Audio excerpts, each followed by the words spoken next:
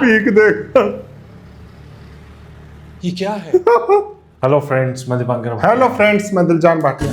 Stand up girl episode 24। बड़े दिन हो गए यार। इसकी यार अलग ही एक्साइटमेंट होती है। बुलबुला साहब। अब कितनी मर्तबा तुझे मना किया मेरी चीजों को मत छेड़ा कर मैंने क्या नहीं छेड़ा खो गया? किसी भी चीज को। अब कमरे की सफाई भी ना किया करूं क्या? और ना कर। देर हो रही है, मुझे अब मेरी पग नहीं मिल रही। बगैर पग के कैसा वो चौधरी भी लगूंगा उसी में मैं? होगी, उसके बैग आपके में, साथ कौन सा चौधरी जैसे लगा? लास्ट टाइम था। ओ भाई, मुझे बात नहीं करनी तुझसे। पग ढूंढने दे मुझे।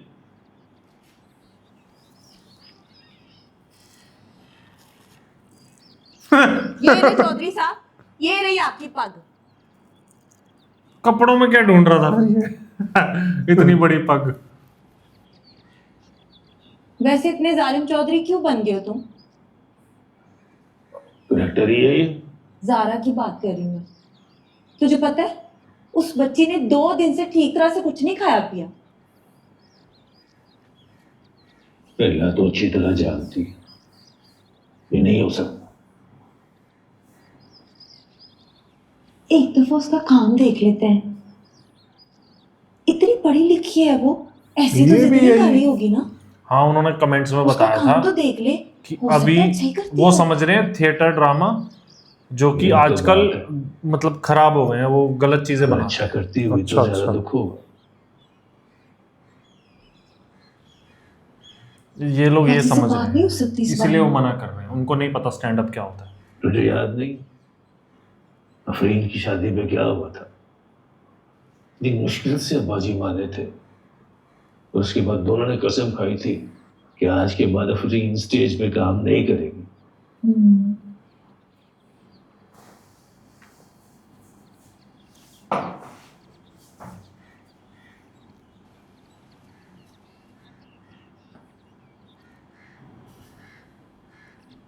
सारा मेरी भी बेटी है, मुझे अपनी जान से ज्यादा दी। मेरी तरफ से इजाजत हो उसे तो चाहे करे, जितना चाहे पढ़े, नौकरी करे, पसंद की शादी करे, लेकिन स्टेज नहीं। स्टेज नहीं। हमने स्टेज को अपनी माँ बहन हुए काम करने का कभी नहीं छोड़ा। इस वजह से मैं अपनी बेटी को अपने हाथों से दोजख में फेंक दूं? ये वही तो सोचो, तो स्टेज थिएटर तो इतना वही ना। बढ़िया चीज ये है, लो, वहां पे कुछ बस खराब इसे कर ही दिया कहते है। हैं। तो भी ज़ारा को समझा, स्टेज का ख्याल दिल से निकाल दे।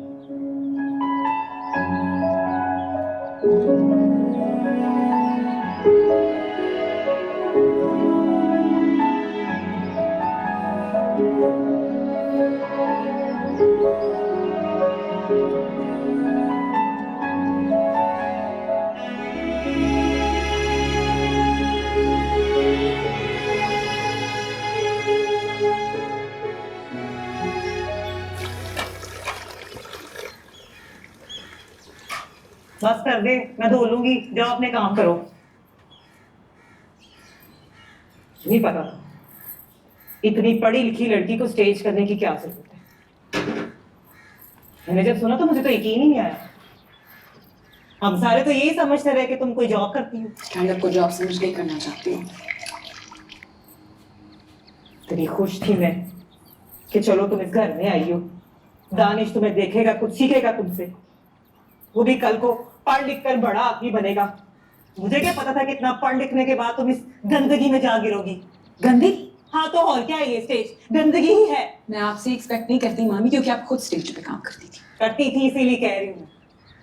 तुम्हारे नाना मियाँ भी इसीलिए कह रहे हैं। हम लोग नस्ल दर नस्ल यही काम करते आए। क्या कमा लिया किसी ने? हाँ, ना इसमें दौलत है, वही बात ना आ गई इज्जत ना। है। और औरतों के लिए सिवाय बदनामी के कुछ नहीं रखा इसमें। मेरी बात सुन। ये बात तुम्हें खुद वो औरत कह रही जिसने कई साल स्टेज किए। मैं अच्छी तरह समझती हूँ मर्दों की नजरों को भी, उनकी दाद को भी। मेरे अपने घर वाले जो सारी जिंदगी मेरी कमाई पे पलते रहे, उन्होंने आज तक कभी मेरी इज्जत नहीं की, तो बाहर वाले क्या करेंगे? असल में आप लोग का प्रॉब्लम ये है कि आप लोग सब एक जगह ठहर गए और बाहर की दुनिया ना बहुत बदल गई, लेकिन इस कुएं से कोई निकले तो पता चले ना।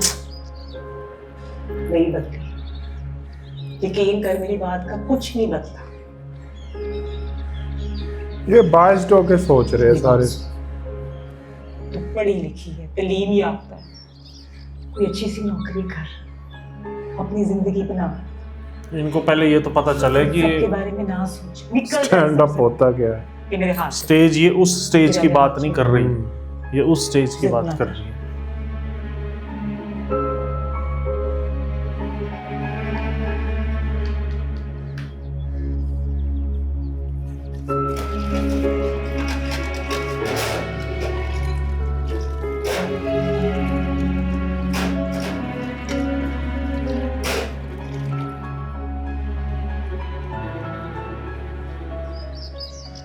सर बुलंद।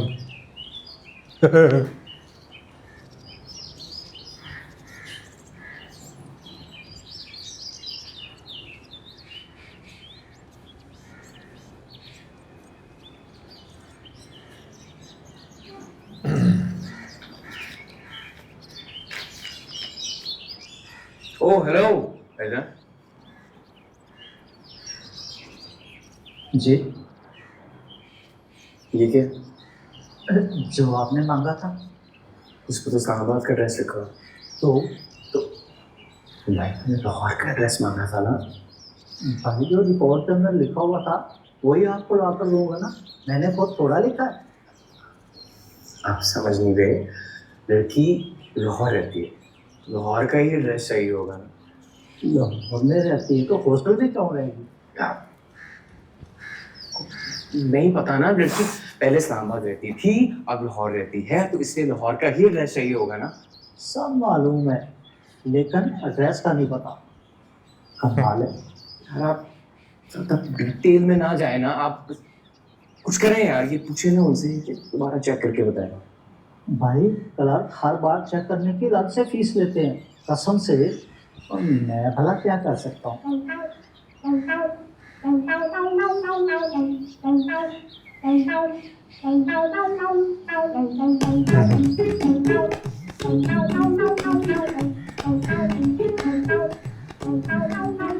अच्छा माइक ना थोड़ी साइड पे कर दें। ये गर्ल हॉस्टल है, यहाँ खड़े होने की परमिशन नहीं है। मैं बस अभी आया।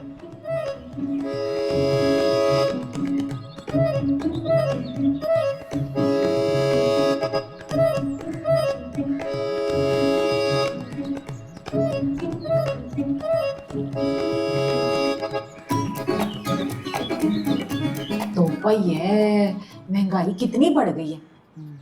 कसम से हर चीज को तो जैसे आग ही लग गई है।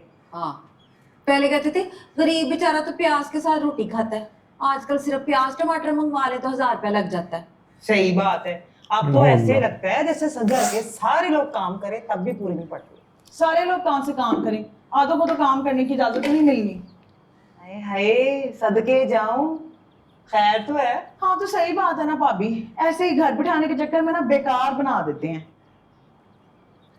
कहाँ है ज़ारा? बैठी हुई किसी कोने में मुंह बना के। कोई बात नहीं, ठीक हो जाएगी कुछ दिन बाद। मेरा नहीं ख्याल, वो भी अपनी जिद की पक्की है, अपनी बात मनवा के छोड़ेगी। अब तक क्या जिद की है बेचारी ने? उसने तो कभी कोई फरमाइश ही नहीं की। नहीं भाभी, फजूल से जिद नहीं है कि स्टेज करने दो। भाभी ये कोई हमारे वाला स्टेज थोड़ी है, उसका तो मम्मी डैडी टाइप लोगों में उठना बैठना है। मेरी बात सुन, स्टेज चाहे जो भी हो, सारे उसको एक ही नजर से देखते हैं, गरीब भी, मम्मी भी और डैडी भी। आहो आफरीन, तू तो अब्बा जी से भी ज्यादा मुखालिफ हो गई है उसकी। भाभी मैं उसकी मुखालफत नहीं कर रही, फिक्र हो रही है मुझे उसकी, और अब्बा जी को तो हमसे भी ज्यादा फिक्र है उसकी। फिक्र तो सबको ही है, लेकिन बात करने का एक तरीका होता है ना। हमारे बड़ों का दिल करता है कि बस ये लो फैसला कर लिया, मानो इसको।